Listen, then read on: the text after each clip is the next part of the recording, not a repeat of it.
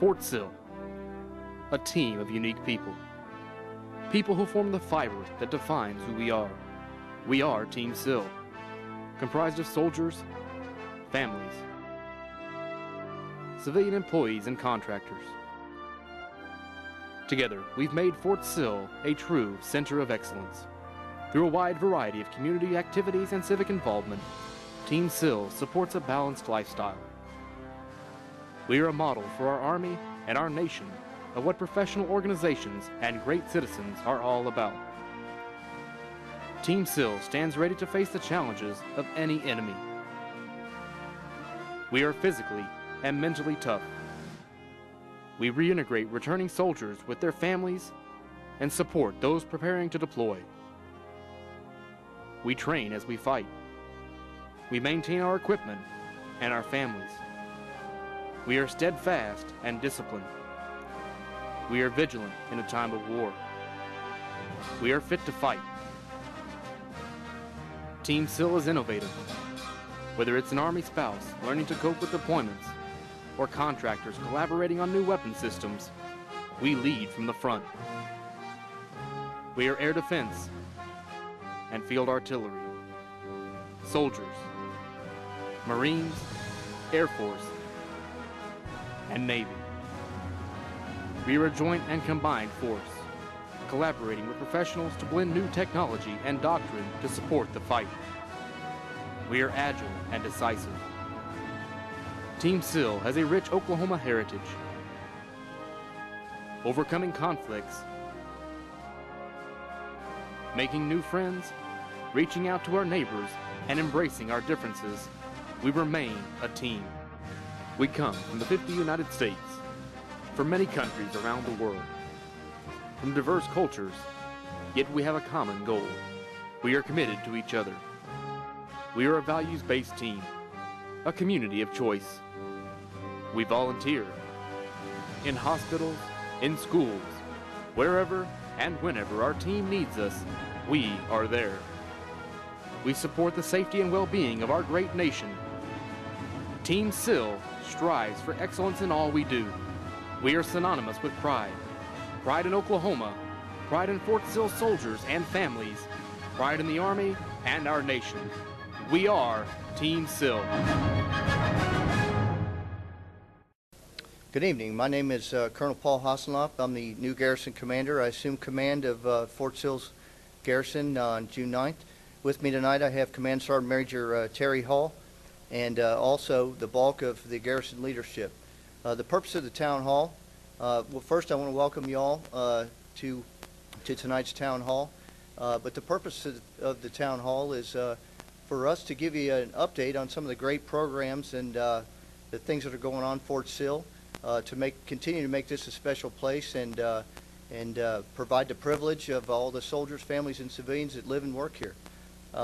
Also, and more importantly, it's your chance to talk to us. Let us know, let me know, Sergeant Major Hall know what your concerns are, issues, what can we do better? You know, we strive, I talk to my staff almost on a daily basis about how can we get better to serve the customers of this great installation. So with that, I'm going to go into a couple of ground rules.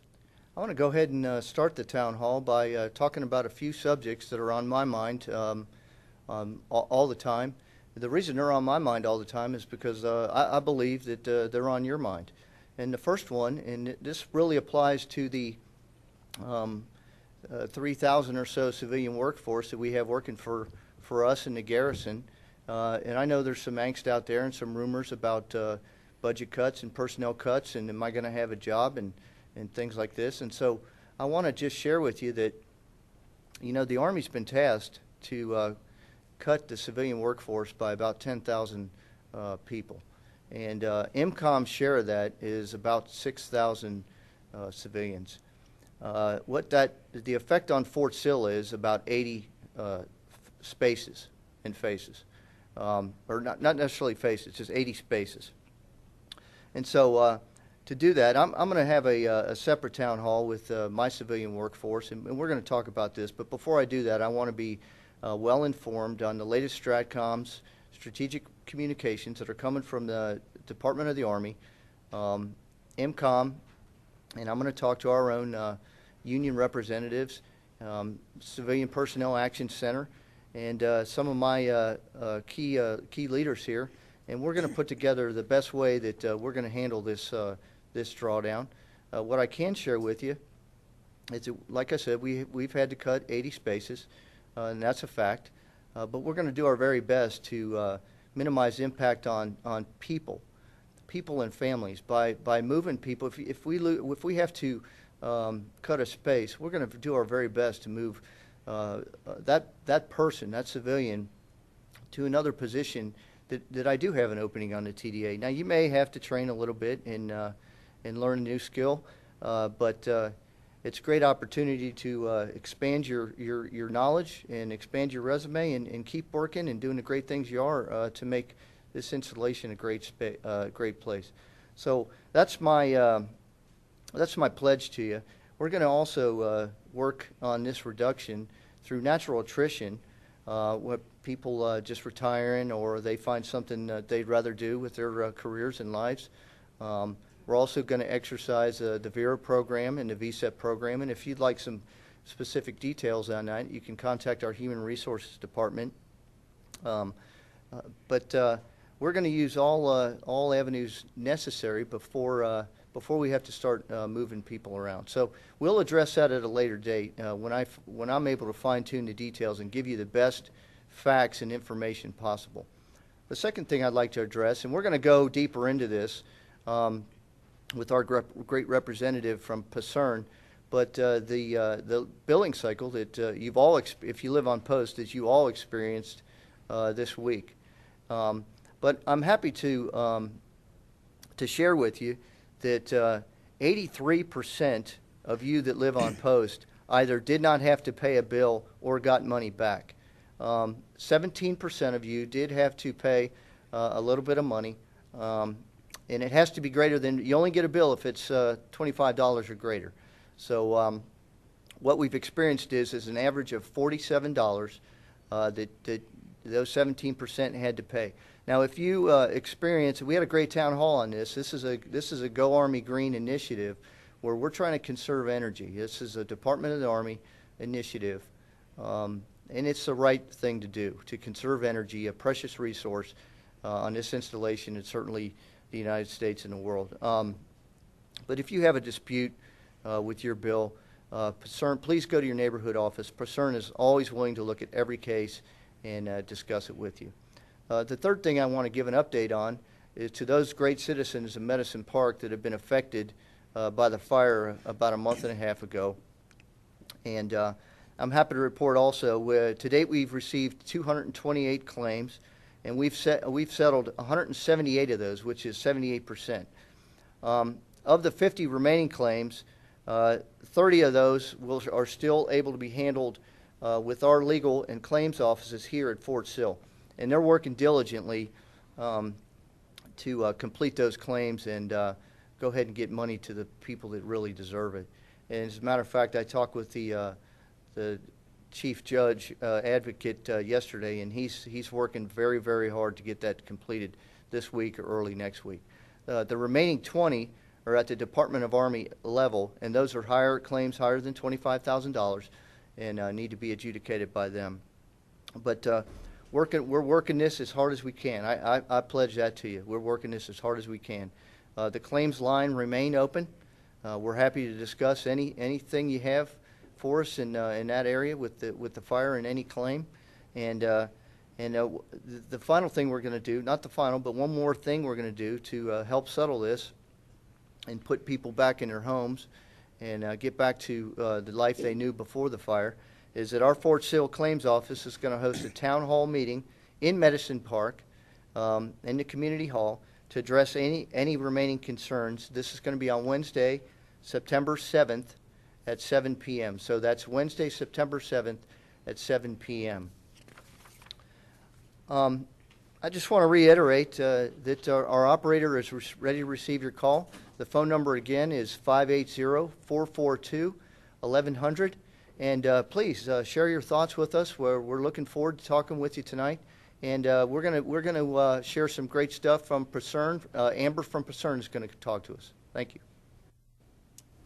I understand that we have a caller that had a question about their bill, and so I'll go ahead and provide some information about the Live Army Green program and about what those bills include, and hopefully answer that question, and then also be here to answer any follow-up questions. But yes, as Colonel Hossenlopp mentioned, the families at Fort Sill should have received their first consumption statement from Manol, who's our third-party billing partner, just this month and probably within the last week or so. And those bills and statements should include your meter readings, your consumption, and then where you stand, including the buffer in relation to that established baseline for your home group.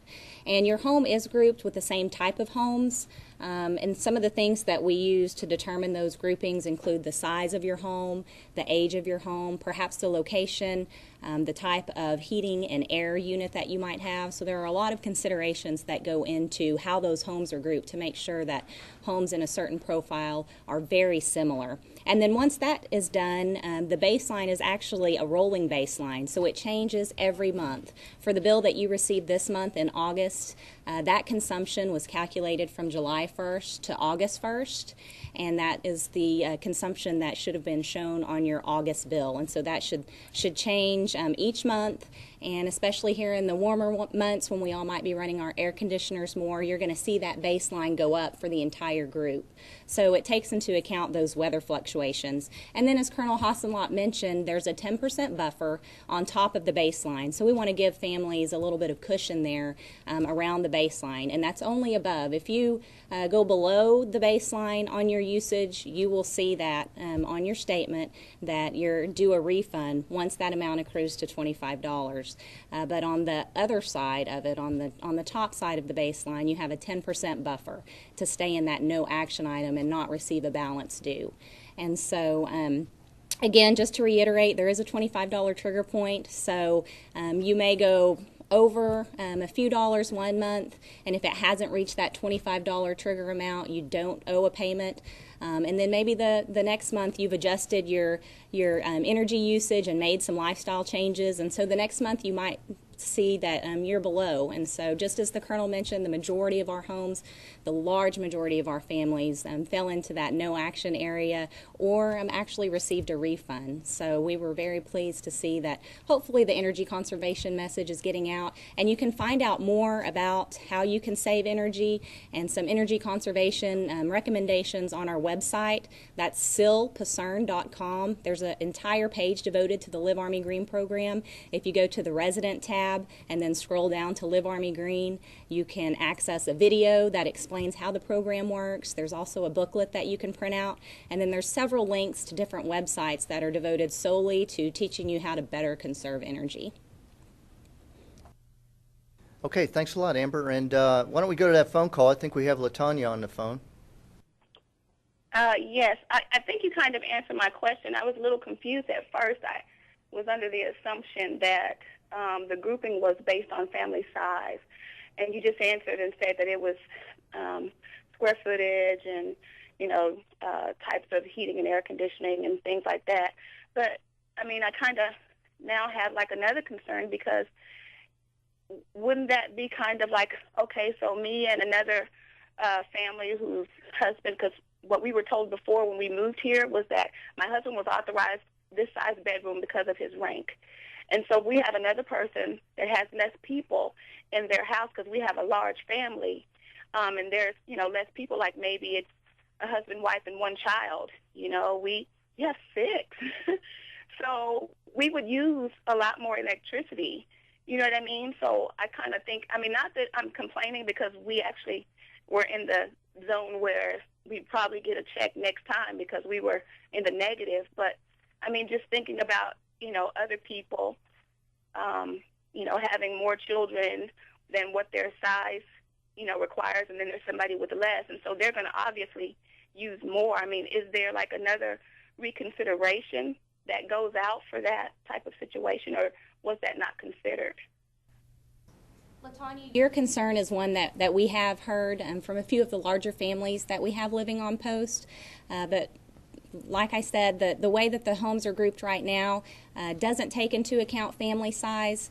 It is one thing that we have found also that we've seen at other installations that a lot of those larger families are doing a good job of making those lifestyle choices and coming in that no action area and even getting a refund, like you mentioned, your family might receive as well. And so a lot of times, if you're talking about watching a movie, whether there's one person around the television to watch that movie or 4 or 5, that television's going to use the same amount of electricity. And as far as heating and cooling a home, you don't see as many differences. Of course, you're going to do more loads of laundry, and so the hot water heater, to heat the water that you might use to do your laundry, those kind of things, you are going to see some differences. But right now, the family size is not something that's taken into account whenever we group the homes. Okay.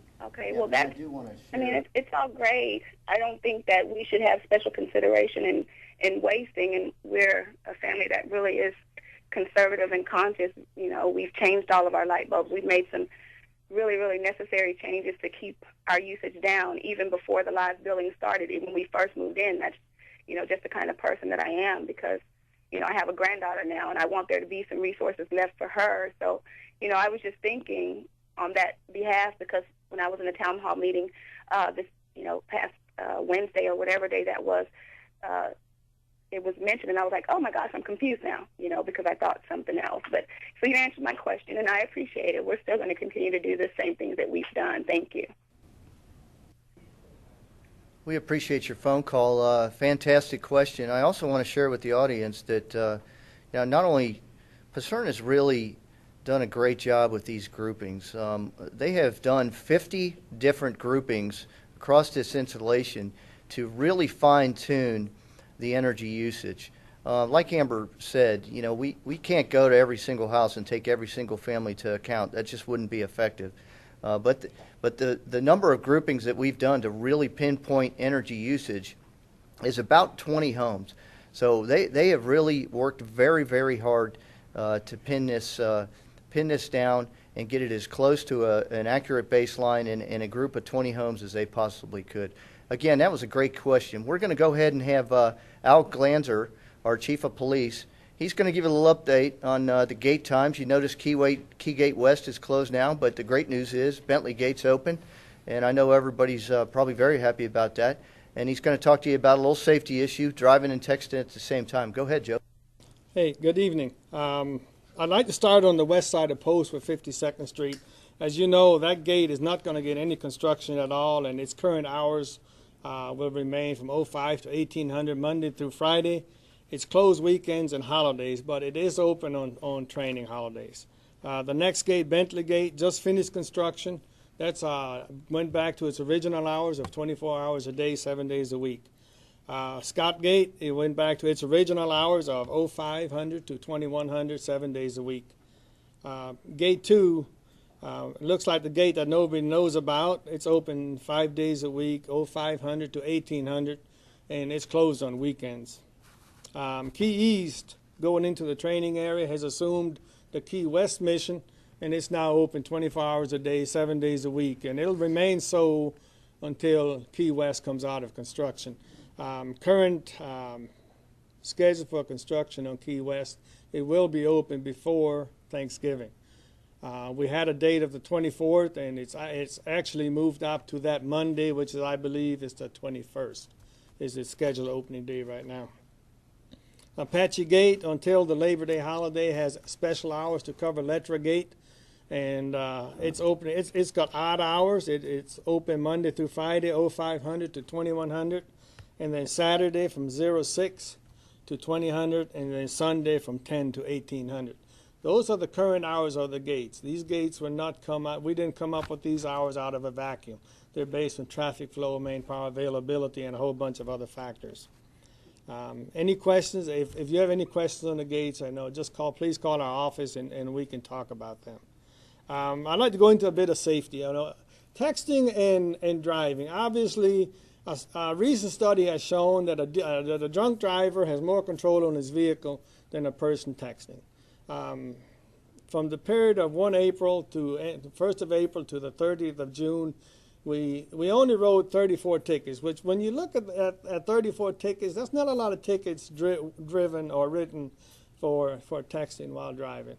A lot of factors with that. Number one, this is a military post. We have signs posted when you come in that basically make the statement, hey, it's illegal to drive while taxing. So we do warn the public coming in.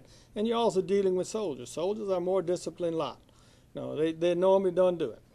And there's other factors, but we're not going to talk about those.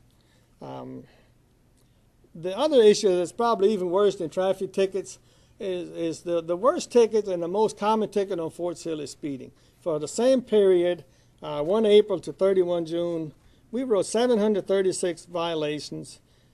Traffic, those are court violations or money tickets, and 177 armed forces violation tickets. Those are warnings, written warnings that go to the commander for actions. The most common at that time was speeding, with 278 tickets issued. And the second most common issue is failure to obey traffic sign or something like that. Okay, that's a lot of tickets. The worst part of this is none of this is money away from the community that could be spent here. The funniest part is when you look at the 736 central violation tickets, there's a $25 processing fee. That's $18,400 that have left Fort Sill now. It's impossible. It's not going to be spent in this community. It goes to a good cause, but it will be better spent right here on the installation. That's it. Okay, that's a great brief, Joe. I appreciate it. Just a little tip on the gates. You know, if you're coming from the north on I-44, I recommend rather than go to Key Gate East, which you can do, it's slightly inconvenient. It probably costs you an extra 60 seconds to get to work. But, you know, another tip is to go ahead and get off and use the Apache Gate. There's never a line there. It gets you right into post in a rapid manner. Appreciate that, Joe. And if we don't have any callers on the line right now, we're going to go ahead and go to a public service announcement and pick up on a couple of great things that are going on Fort Sill. A potentially deadly terrorist attack was foiled thanks to some watchful eyes at the local Army installation.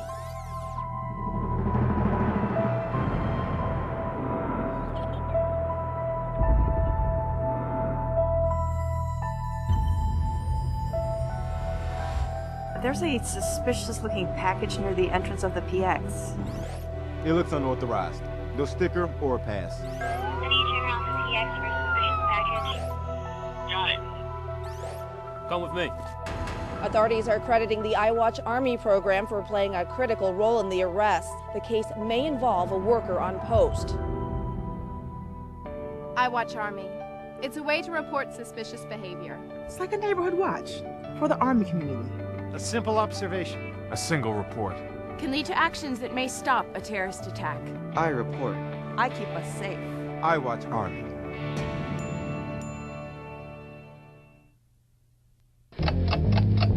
This is the 60-Second Army Now from Soldiers Radio and Television. I'm Sergeant Ashley Torres. This summer, the Army implemented a new standard in security. Instead of just relying on law enforcement on and off post, they're depending on you. iWatch is a community-based program that's designed for people that live, work, and play on installation to keep a level of awareness of their neighborhood. You know, the military is always about being prepared, and one of that is to ensure that our neighborhoods are secure and a fun place and a safe place to live. And we can do that through iWatch. McGuire also weighed in on August being Anti-Terrorism Month. That it's just a month before September, and in keeping in mind 9/11, and the September is known as the National Preparedness Month. So I think August is a great month to think about anti-terrorism. That's the Army Now. Okay, appreciate that public service announcement. As you see, the theme was about security of this installation, which is probably the #1 priority for me and Command Sergeant Major Hall and my staff, is securing the citizens, soldiers, and civilians that work on this installation. And with that, I brought Joe Glanzer, our Chief of Police, back up, and he's going to talk to us a little bit about fire safety. The weather it's been tough. It's been tough this summer. Very, very dry conditions. High likelihood of initiating a fire, doing just about anything, flicking a cigarette out of a car, grilling. Any training activities that we do, we're very careful about that. But I'm going to have Chief Glanzer talk to you a little bit about fire safety. Go ahead, Joe. Thanks. Hey, good evening again. On behalf of the director who's comfortable down in Atlanta, Georgia this week, I'd like to talk a little bit about fire safety. The number one issues, I talked with the fire department today, and what they asked me to bring out is the number one issue is teach your children fire safety. You know, usually if a fire happens, they don't happen by accident. It's a cooking incident, or a child incident, or it could be a malfunction in the house itself in the electrical wires. Keep flammable objects away from children, the matches, lighters, and all that stuff. If you have it in the house, the child will find it. I got 2 grandbabies in my house, and Lordy, if I ever lose something, they'll find it. So I'm always good with that. And know where your children are and what are they doing. You know, usually if a child gets quiet, it's in trouble. So just keep an eye on children. Colonel Hossenlopp brought up a big point: throwing cigarette butts out of the window. That could be one of the most expensive pieces of information, or the most costly mistake you can make. Under a state burn ban, which is in effect right now, and Fort Sill honors that, if you throw a cigarette butt out during an incident like that and it catches a fire, the punishment is simple. It's no less than $4,000 and not more than 10. That's the punishment. Plus 120 days in jail, plus no less than 20, but no more than 80 hours of community service, meaning you're going to pick up ditch lines. And then the owner can still come in, you have to pay me for all my damages. So that could be a very expensive smoking habit. So I would recommend never do that. And it doesn't have to be law enforcement that catches you. Any citizen out there can report you. They have to be willing to take a stand, go to law enforcement, report it, and then follow up. They'll have to be involved in a court case and all that stuff. But it could be a very expensive habit. As far as grilling and all that on the installation, the funny part is driving today, I did notice a grill in the middle of a grassy field. They were cooking there. That's a bad mistake. That'll start a fire.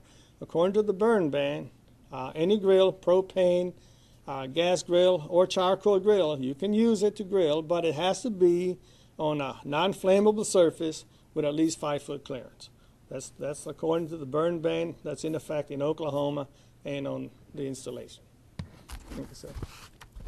Thanks a lot, Joe. I appreciate that. A lot of stiff penalties there. But look, this is not a threat brief, and not intended to be a threat brief. What we got to do is just be extra vigilant. We got to be aware of our surroundings. It's very dry out there, and this just falls in line with, taking care of ourselves, taking care of our families, and taking care of each other.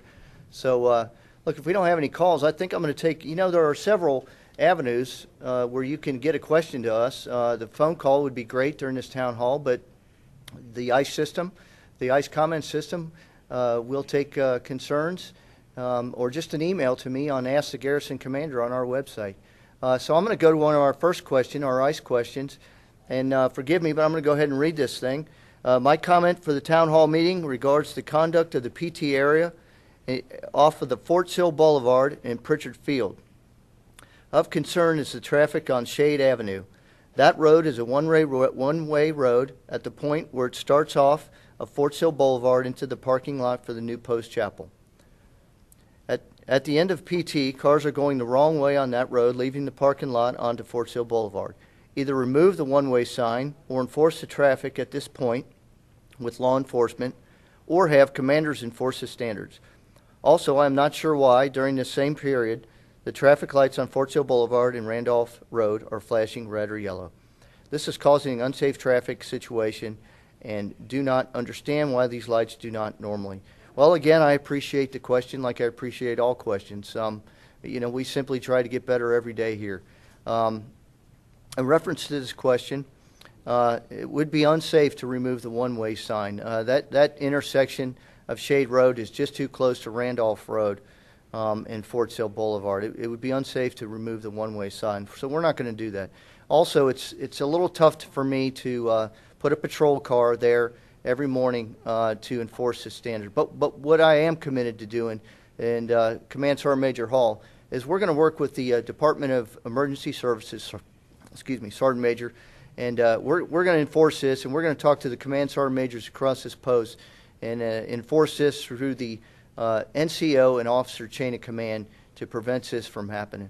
In regard to the light flashing yellow and red on Randolph Road, you are correct. There was a time when it was flashing red and yellow, quite often actually, and but that was about a month ago. Since then, we've had that light fixed. It is corrected, and to the best of my knowledge, we don't really experience that problem anymore. I appreciate that, and with that, I think we have a caller on the phone. No caller? If they called in question and does not want to discuss it. Okay. Well, I'm going to have Brenda Spencer come on up. She's the director of MWR, and she's just going to share a couple of the great things that are going on in Fort Sill over the next couple of months. Go ahead, Brenda. Thank you, sir. The caller that is not on the line had called in and asked if family members are authorized to use the Nye Library because their family had been turned away. The authorization to use our programs on the installation are family members of active duty military and retirees. DOD civilians can use our facilities, but their family members are not authorized unless they are accompanying that DOD civilian. Contract employees are not authorized to use Nye Library as well as our fitness centers. Now the reason for that is simply because we are overutilized. We have a certain amount of capacity. That capacity is there to provide services to our active duty military and our retirees and their family members first in priority. DOD civilians then if we have the capacity, and then further we could open it up if we had additional capacity. At this time we do not have capacity to do that within the library system nor within our fitness center program. So I do thank you for calling that question in and allowing us to clarify. And I would also refer you, we have some wonderful libraries in the local community that I would encourage all of our family members to take advantage of.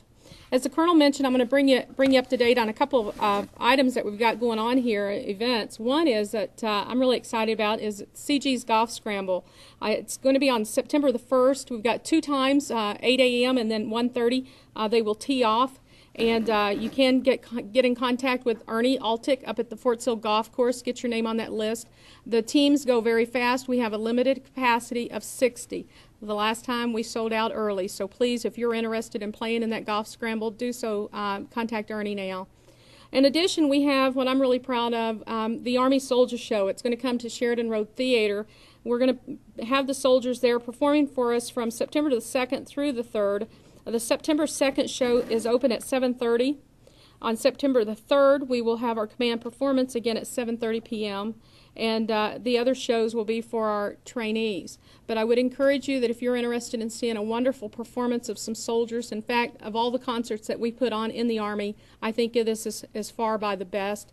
Tickets are still available at Building 4700 Moway at the MWR headquarters. It is free admission, and you will not find better entertainment in this local area free. In addition, on September the 9th at the Patriot Club, we've got our community dinner. This is a wonderful opportunity to come out and have some fun. Have a nice meal, our buffet for $16.50. Children 12 and under are $7.50. It's all you can eat.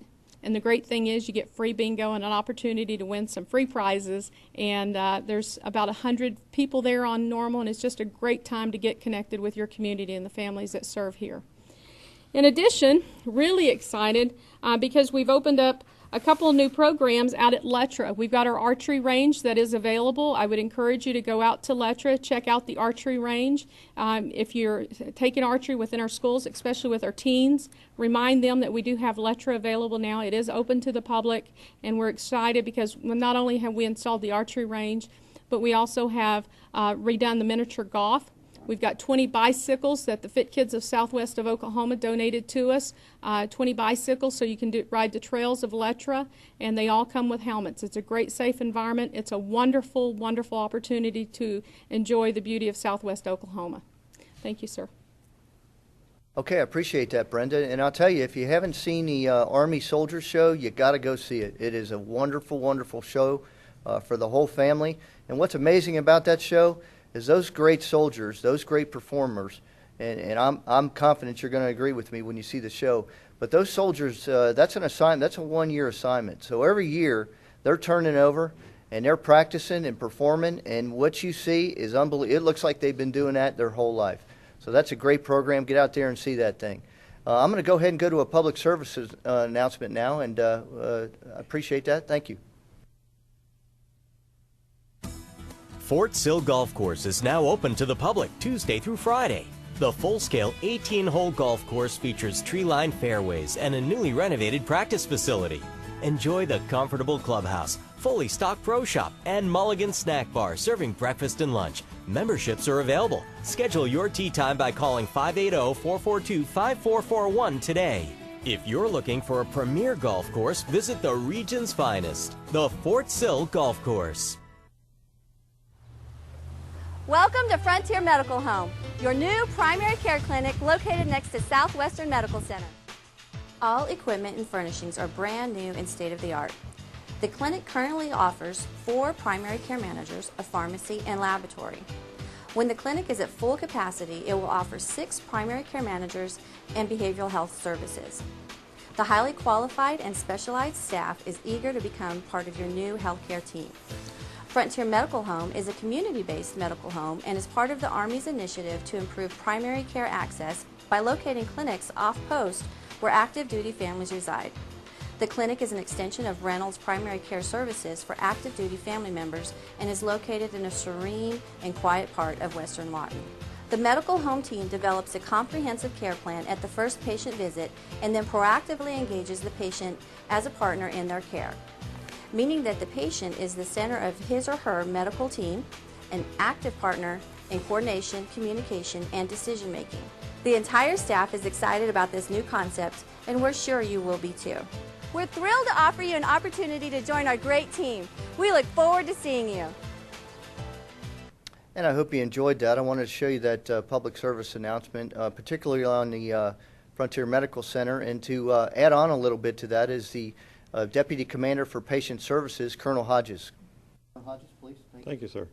On behalf of Colonel Beddick, our hospital commander, I want to thank you for allowing me to participate in this town hall meeting to discuss the Frontier Medical Home. As you saw in the public service announcement, it's a very nice building. It's been freshly renovated. It is really designed to take care of patients and bring all of the resources that we have to the patient during the examinations. It's a great concept. It's something new that the MedCom has developed. It's where we have a team of professionals that are taking care of you from, for preventive medicine and for also any acute or chronic illnesses that you may have. It's a team of doctors, nurses, lab technicians, pharmacy, administrative support, all there to assist you in maintaining your health. So it's a great opportunity for you to join that Frontier Medical Home. We're open to enrollment for all active duty family members. We have there right now about 4,100 of our beneficiaries are in that clinic. And like I said, we are able to expand out even more. So if you have an opportunity, please go out to Lee Boulevard and take a look at the facility, and then contact us if you're interested in joining that. Back to you, sir.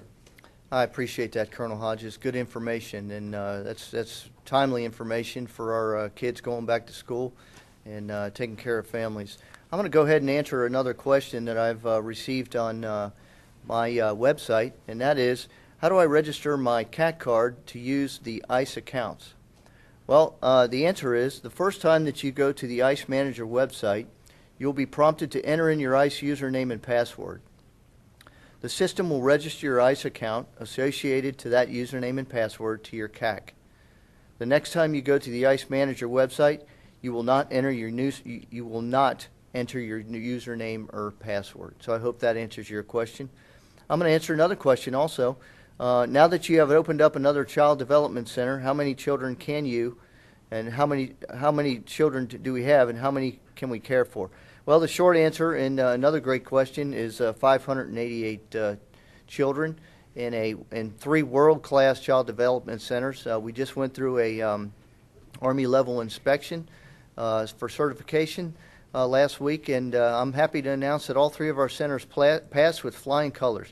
No issues. Your kids are safe. They're going to learn, and they're going to enjoy themselves in their time away from their parents. And I know that makes all of you feel a little more comfortable. I've got a question that we've received on our Facebook, and it's another question for Picerne. So I asked Amber to come on up and talk to you about that. Amber, go ahead. Thank you, Colonel Hall. The question through the Facebook was, are the homes grouped by bedroom or floor plans?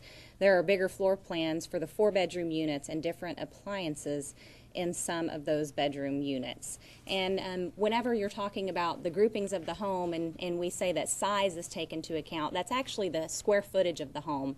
So the square footage and size of the home, the location, the year it was built, again, the type of heat and air system that it might have, those are the type of things that are taken into account. And just to give you an idea, appliances account for about 9% of the home energy usage, and that is a fact that you can find in this Live Army Green booklet that you can pick up at your neighborhood office, or again you can visit the sillpicerne.com website and visit the Live Army Green page, which is located under the resident tab, and you can get all sorts of information about those type of appliances, how much your heat and air system might use. Heating and cooling accounts for more than 40% of the energy usage in most homes. Appliances, again, count for about 9%. Water heating is about 12%. And so that's the type of information that you can find out by either visiting your neighborhood office or checking out our website or going by and picking up one of the Live Army Green booklets. So we appreciate that comment and question, and hopefully we've answered your concerns. So thank you, Colonel. I appreciate that, Amber. I really got to share with you that Picerne, our partner Picerne, is a fantastic partner. I really love working with them. You just have to know that they bend over backwards. They do everything they can to make your experience in installation housing as great as it can be. I'm going to go ahead and go to another ICE comment or another ICE question, and that is, based on the current guard strength, what are you going to do to augment them? It's true. Our guard strength is a little lower, and it's going to get even lower as we through natural attrition. We will keep civilian guards on the gates in the future. We will augment them with some soldiers, a small amount of soldiers, and they will be properly trained by our experts, and you will experience no difference in courtesy and safety at our gates. At this time, I'd like to go to another public service announcement. The mission of the Plans and Operations Division, Director of Plans, Training, Mobilization, and Security, or DPTMS, is to support units, deployments, and redeployments, installation force protection, new equipment fielding, unit readiness, and the Installation Operations Center. Plans and Operations Division is an essential element of DPTMS. It is a multifunctional organization with over 34 employees working to support the installation. Plans and Operations Division employees pride themselves in providing the Fort Sill community from the Fire Center of Excellence with the very best possible support. Plans and Operations Division is uniquely designed to support the Fort Sill soldiers and civilians. The Plans branch consists of force protection, anti-terrorism, force modernization, readiness, Installation Operations Center, and the mobilization. The goal of this branch is to ensure the installation is protected, units are ready to deploy, units receive all required equipment, and the installation is updated on all current situations. The Operations Branch consists of ceremonies, scheduling, flag room, calendars, taskings, special duty program, and reserve component tasking support. The goal is to provide first-class deployments, redeployments, changes of command, and special event ceremonies.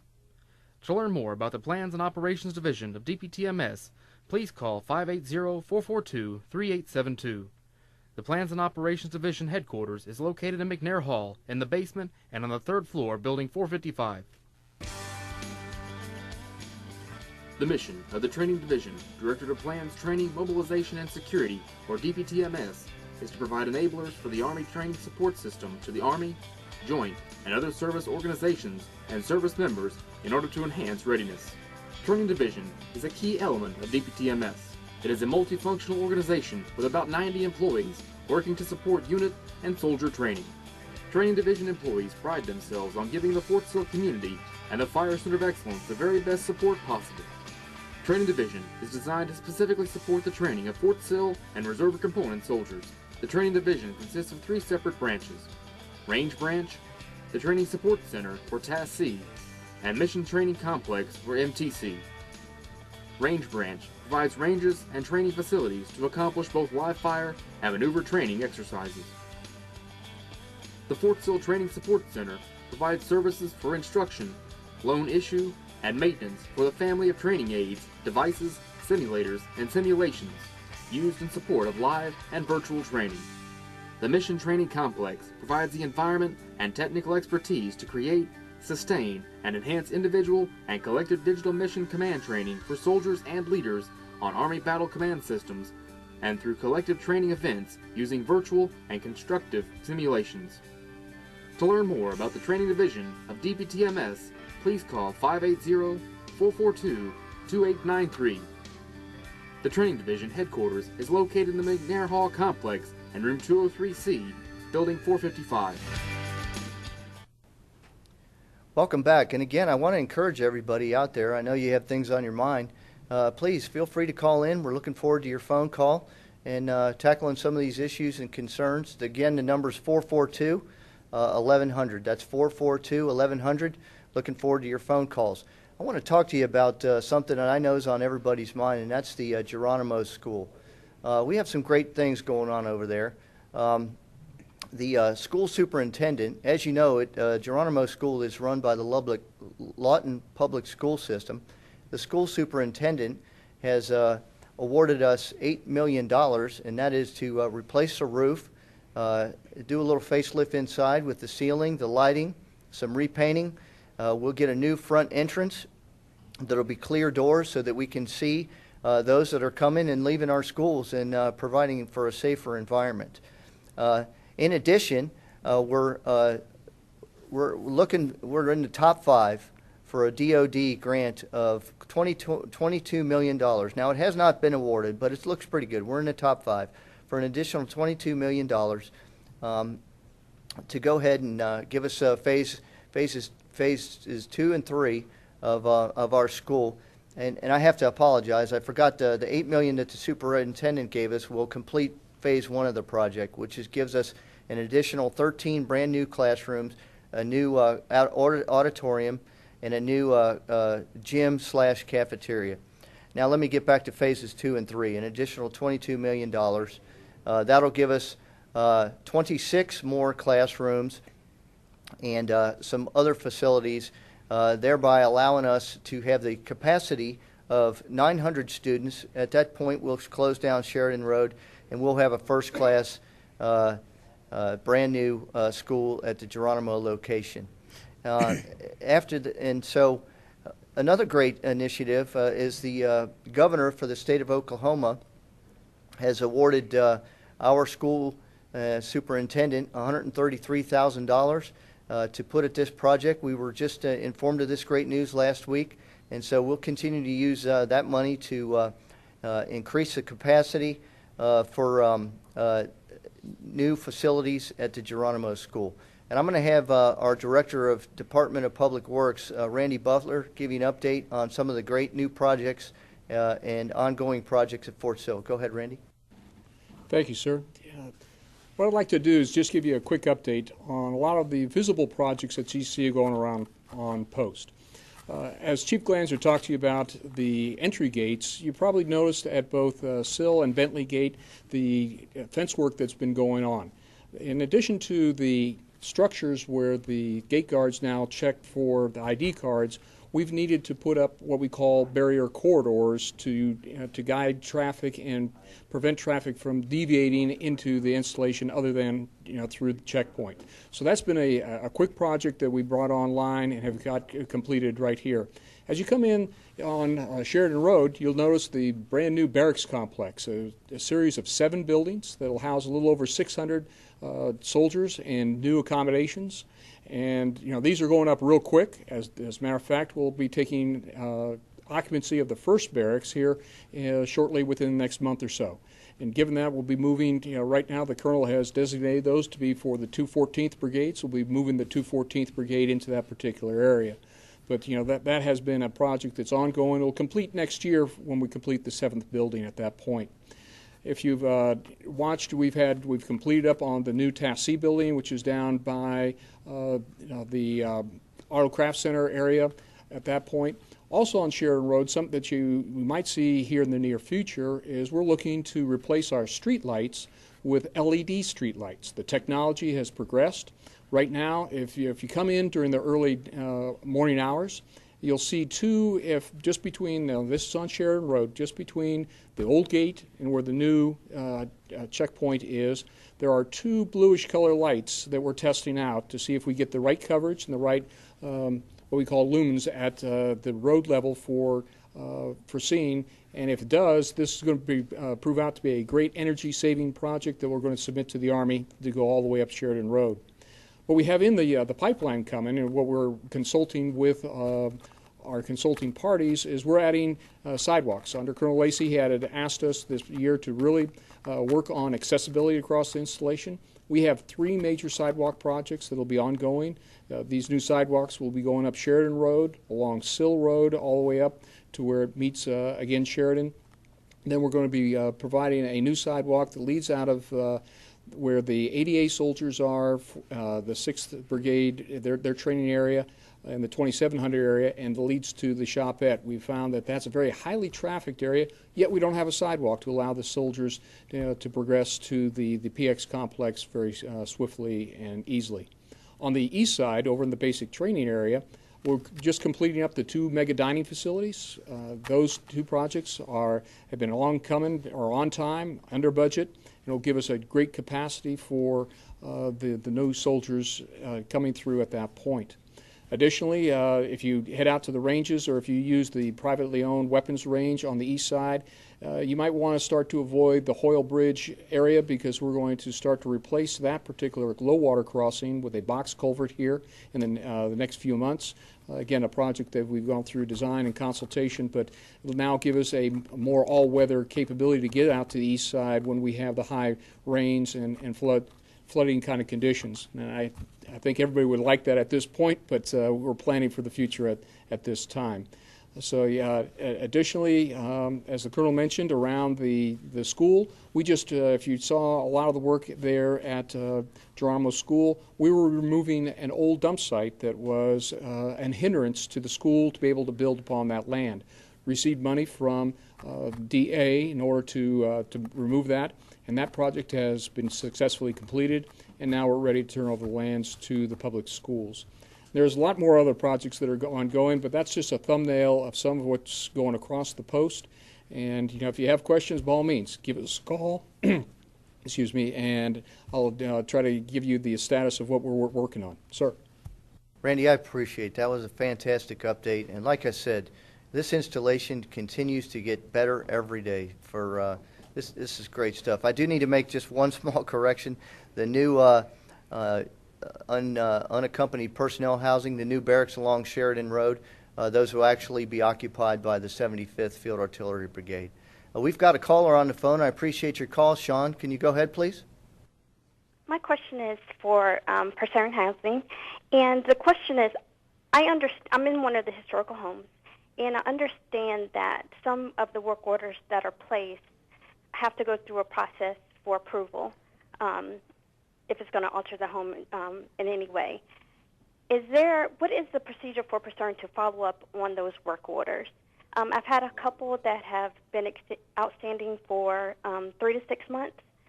So I wanted to know, outside of me calling the office every month, what the procedure is so that I'll better understand why it takes so long. Sean, thank you for your question. It's definitely a very good one, and maintaining and repairing our historic homes, it is a challenge. And just to give you a little background, we recognize that there are some work orders that are time consuming, and we're working with the Post Environmental Quality Department to see what we can do to tighten up our process so that we can service those families in a more timely manner. But the communication with you, regardless of what that issue is, should be better. You shouldn't be having to call your neighborhood office. So if it's okay, we have your name and phone number, and I'd like to have someone from your neighborhood office give you a call tomorrow so that we can update you on the status of your historic work order, so that you at least have a time frame and know when you might see one of our maintenance technicians back in your home to make those repairs. Okay, thank you so much. Okay, Sean, I appreciate your question. I'm going to have Command Sergeant Major Hall is going to give you an update on the BOSS program and the great things they have going on. Well, hey, thank you, sir. The BOSS program, Better Opportunities for Single Soldiers. The only thing I would like to do is put in a plug for the BOSS program, issue a challenge to the leaders out there. Okay, our BOSS program is up and running. We're trying to make great improvements with it. But in order for the program to progress, we need the support of the leadership and the participation of the soldiers. Okay, and we have a lot of different programs out there. The next thing that we have coming up is a tailgate party over at the Rexplex, and that'll be on the 11th. It's opening up the football season. We put the NFL ticket in there, and so you can come there, watch your favorite team on Sunday play, and that's an all-day event. Thank you.